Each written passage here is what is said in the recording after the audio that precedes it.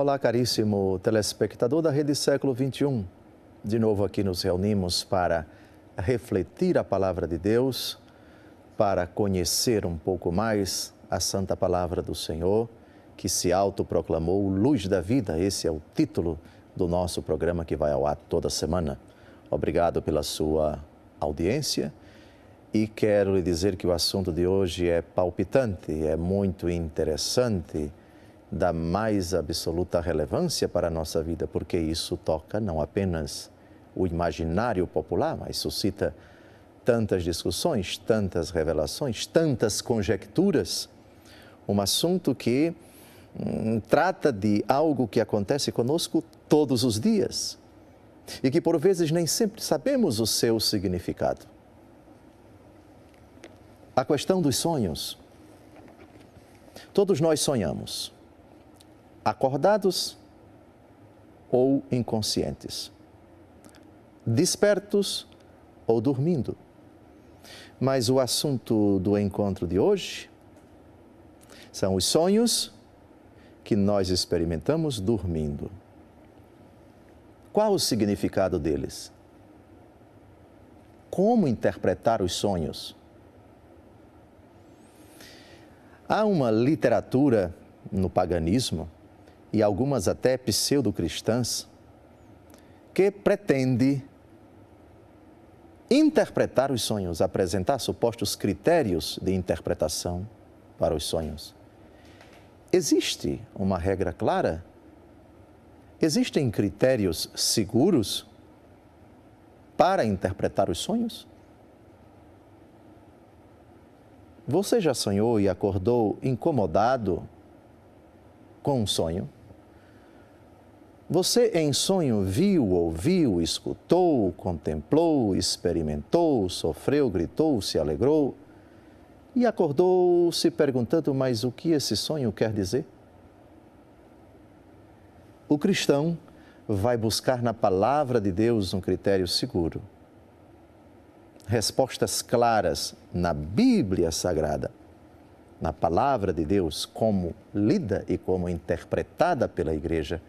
Aqui nós temos respostas para isso. Você que é cristão, é convidado a se dobrar diante da Escritura, que agora vai ser apresentada, e à luz desta Escritura, você é convidado a descobrir os critérios para a interpretação dos seus sonhos, dos sonhos das pessoas que desabafam com você, que perguntam para você, mas como interpretar esse sonho? Vamos ao texto. No livro do Eclesiástico, capítulo 34, versículos de 1 a 7. O insensato vive de esperanças quiméricas. Os imprudentes edificam sobre os sonhos. Como aquele que procura agarrar uma sombra ou perseguir o vento, assim é o que se prende a visões enganadoras. Isto segundo aquilo, eis o que se vê nos sonhos. É como a imagem de um homem diante dele próprio.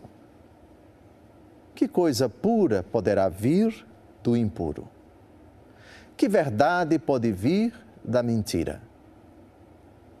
A adivinhação do erro, os augúrios mentirosos e os sonhos dos maus, tudo isso não passa de vaidade. Teu coração, como o de uma mulher que está de parto, sofrerá imaginações, a menos que o Altíssimo te envie uma visão.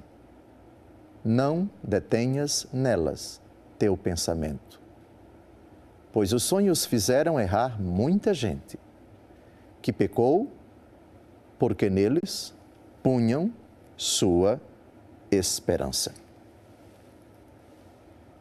Esse é o texto básico para tratarmos desse assunto tão palpitante, tão fascinante. O sonho de quem está dormindo é, antes de tudo, uma realidade inconsciente. A nossa consciência, quando está desperta, pode agrupar, sistematizar, colocar numa ordem lógica, de forma voluntária, as informações que nós guardamos dentro de nós. Aliás, o nosso consciente não tem acesso a todas as informações que nós acumulamos ao longo da vida. Muitas delas estão guardadas no íntimo do nosso ser. E somente em certas ocasiões, ou às vezes com muita dificuldade, e talvez jamais, determinadas informações que acumulamos ao longo da vida aflorem, por assim dizer. Mas conscientemente nós conseguimos, das muitas informações que nós acumulamos, ordená-las dependendo da nossa inteligência e da nossa vontade. Mas isso não acontece quando nós estamos dormindo. O que acontece quando estamos dormindo? As informações que nós acumulamos ao longo da vida, elas se agrupam de forma aleatória. Não sabemos exatamente como e quais os critérios de o nosso inconsciente, digamos assim, agrupar essas informações todas quando estamos dormindo. Assim acontece por vezes os sonhos estapafúrdios, fulano voando, cicrano lutando com uma cobra gigantesca, Beltrano passeando nas nuvens, caminhando em outros planetas e assim por diante. São realmente fantasias, coisas que não correspondem à realidade. O sonho é, via de regra, algo irreal. Recordemos parte do texto que nós acabamos de ouvir. Como aquele que procura agarrar uma sombra ou perseguir o vento, assim é o que se prende a visões enganadoras. Edificar sobre os sonhos, portanto, não é uma coisa correta.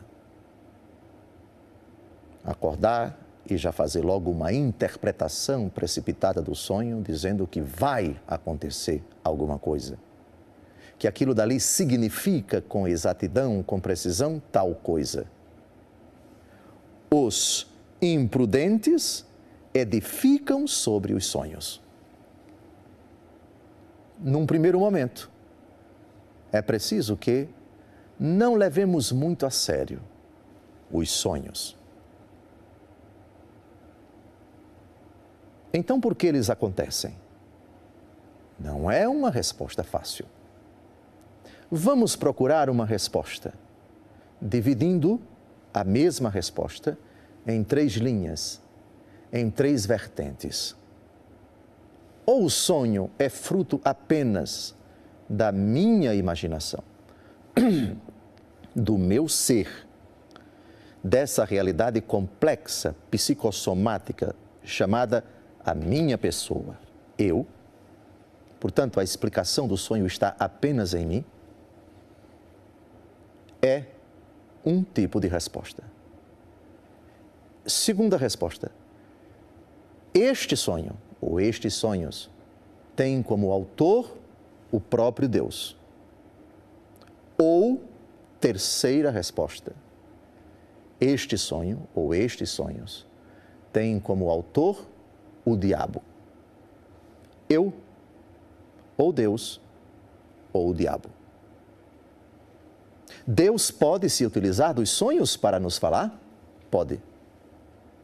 O diabo pode se utilizar dos sonhos para se comunicar conosco, para nos iludir, para nos enganar? Pode. Vocês repararam bem? O texto, de novo Eclesiástico, capítulo 34, versículo 6. A menos que o Altíssimo te envie uma visão, não detenhas nelas teu pensamento. Portanto, o texto insinua que o Senhor pode ser o autor de determinadas visões. Não somente quando estamos conscientes, os êxtases, as visões de quem está acordado, as visões em Fátima, as visões em Lourdes, os videntes, os pastorinhos em Fátima, Santa Bernadette, em Lourdes. Não, aí todos acordados. Mas também visões acontecem naqueles que estão dormindo. A menos que o Altíssimo te envie uma missão, uma visão. Não detenhas nelas teu pensamento. Ou seja, não leve a sério. Vamos então à primeira categoria de respostas. Os sonhos são iniciativa de Deus. Deus pode se utilizar de sonhos. Mas quando é que nós sabemos com exatidão que aquele sonho teve como autor Deus? Há uma personagem no Novo Testamento que não diz uma única palavra. São José. Deus se revelou várias vezes a ele em sonhos. Não temas tomar Maria por tua esposa, disse um anjo em sonhos. Segundo sonho, levanta-te, toma a tua mulher e o menino e foge para o Egito. Lá no Egito, de novo em sonhos, o Senhor aparece a José, volta para a terra, porque já não existe mais aquele que queria matar o menino. José, objeto da bondade de Deus que se dirige a ele pelos sonhos. Mas, concretamente, na minha vida, eu acabei de sonhar. Como saber se esse sonho foi de Deus ou não? Deus não nos tira a paz. Deus não mente. Deus não engana. Deus, ordinariamente, é claro. Quando Ele confunde, é para confundir os pecadores. Salmo 145, versículo 9. Ele ampara a viúva e o órfão, mas confunde o caminho dos maus. Quando Deus se revela, não é para perturbar a pessoa, para tirar a paz da pessoa, para angustiar a pessoa, para enganar a pessoa. Deus não se esconde. Deus é claro na sua mensagem, ainda que não diga tudo no primeiro sonho, mas se encarrega de dizer isso no segundo, ou no terceiro, ou em outras ocasiões. No segundo bloco, ainda retomaremos esses critérios para saber quando o sonho vem de Deus. Depois trataremos do autor dos sonhos, o diabo. Como descobrir esse sonho não é de Deus, esse sonho é diabólico, esse sonho é fustigação, é iniciativa do demônio. E depois, os sonhos que são mera imaginação, fruto da nossa constituição psicossomática. Até o próximo bloco, se Deus quiser.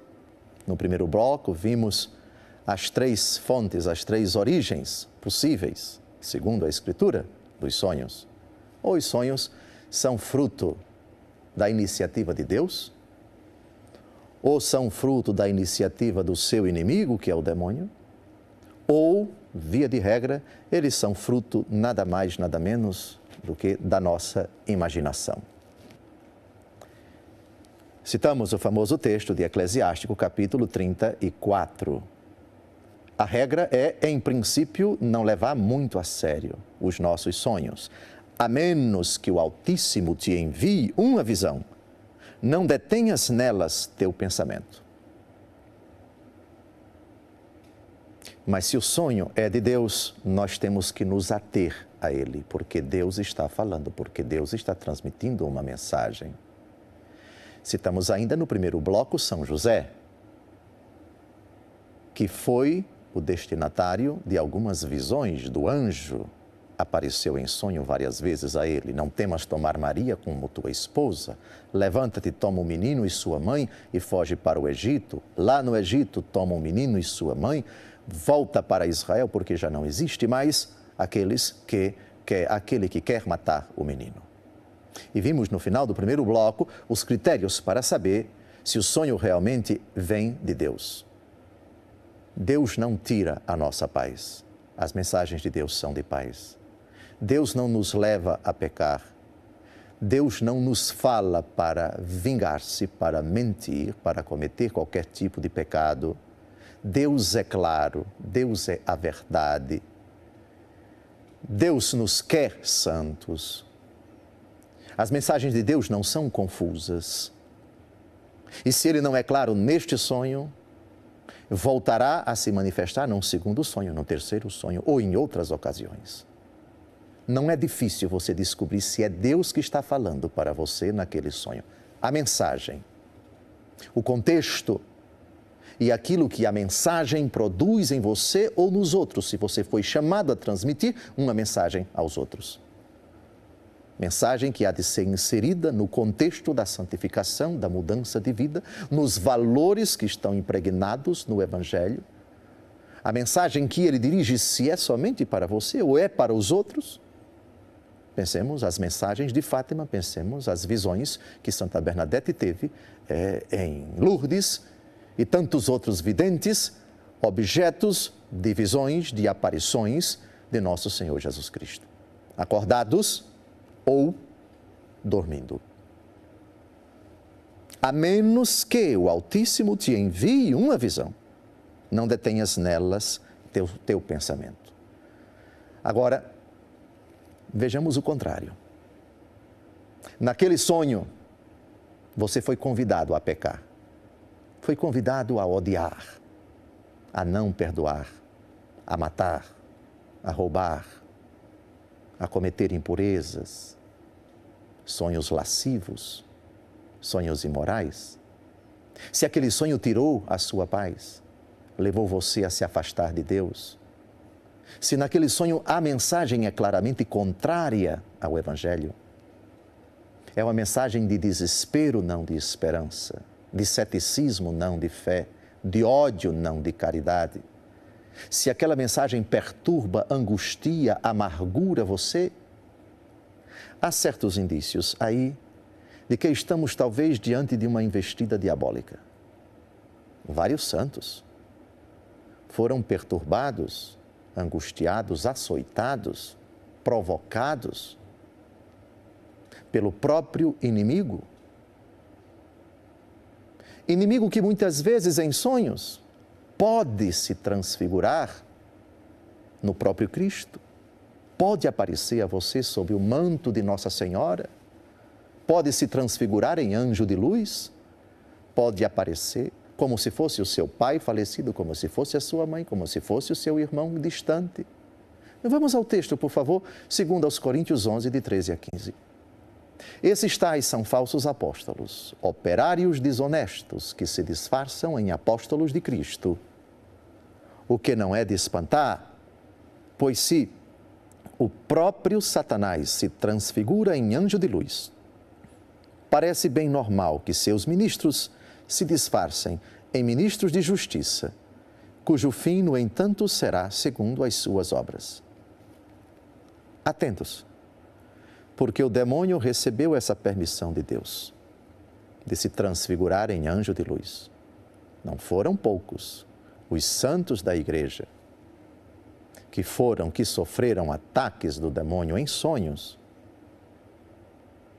pensaram que estavam diante da Virgem Maria, de um anjo, de um santo de Deus, ou até do próprio Cristo, mas descobriram com a ajuda do alto que, na verdade, ali não era Deus, nem um anjo, nem um santo que estava agindo, mas o próprio demônio.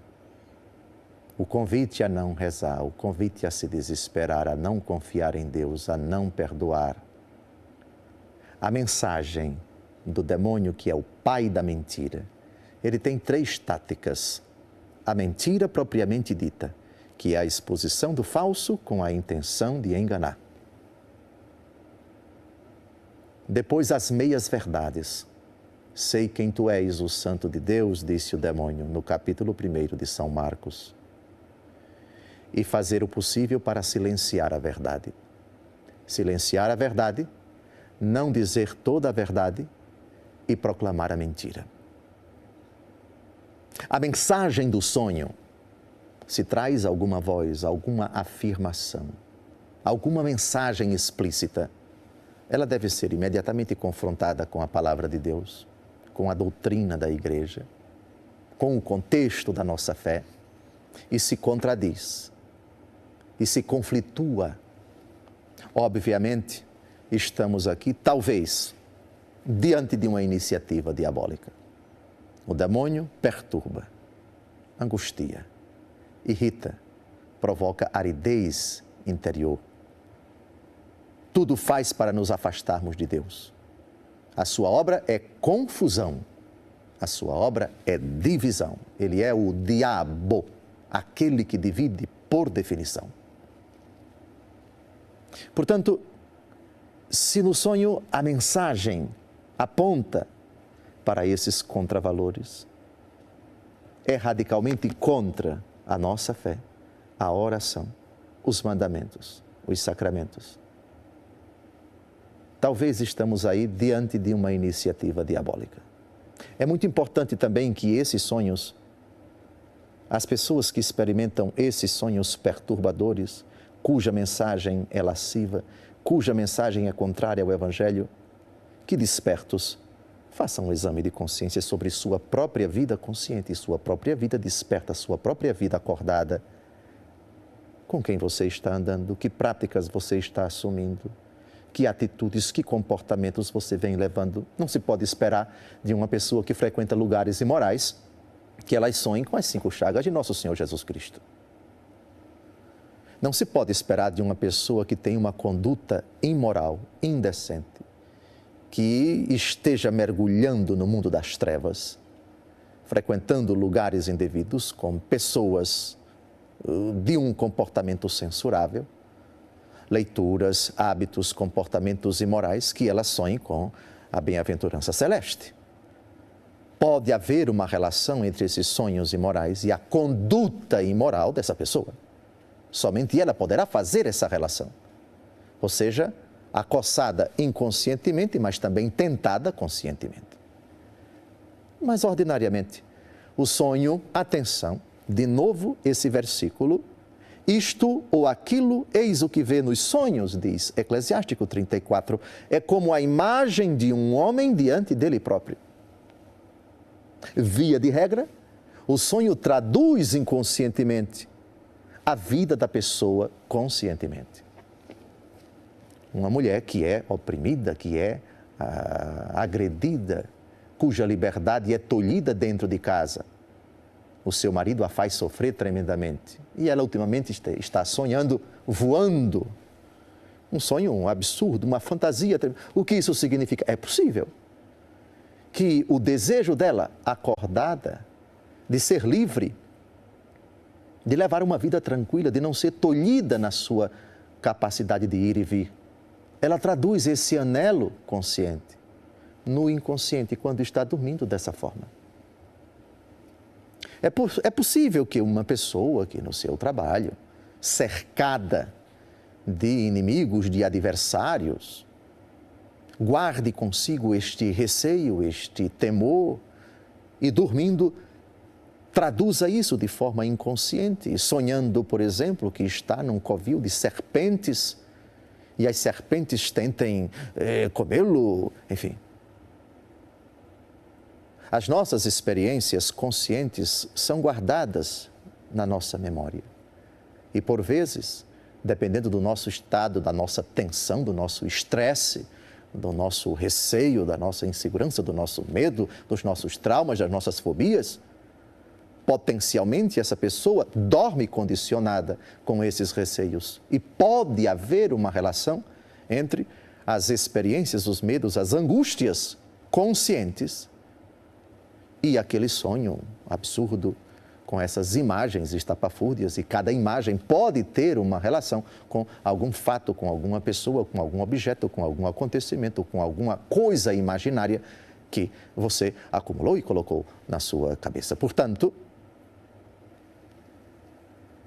é como a imagem de um homem diante dele próprio. Não levemos muito a sério, em princípio, os sonhos. A menos que o Altíssimo te envie uma visão, não detenhas nelas teus pensamentos. Portanto, 3 possíveis explicações. Ou os sonhos vieram de Deus, ou aquilo é obra do Altíssimo, ou do inimigo dele, o demônio, ou fruto da sua imaginação. Quase sempre só aquele que sonhou é que poderá dizer com exatidão se aquilo é fruto de sua imaginação, se aquilo traduz o seu estado consciente, a sua condição psicossomática, psicológica, espiritual, os seus fatos, suas experiências, suas frustrações, suas vitórias, suas conquistas. E houve uma transposição destas realidades para o mundo do inconsciente. Portanto, não leve muito a sério isto. Se veio de Deus, atento à sua palavra. E se veio do diabo, desperto, trate de dobrar os seus joelhos, de pedir a Deus o dom da conversão, a graça de não mais experimentar essas fustigações do inimigo. Deus seja louvado pelos sonhos quando vêm dele. Deus nos ajude a não levar muito a sério os sonhos quando são fruto de nossa imaginação. Deus nos ajude a colocar os sonhos que nós experimentamos quando estamos dormindo no seu devido lugar.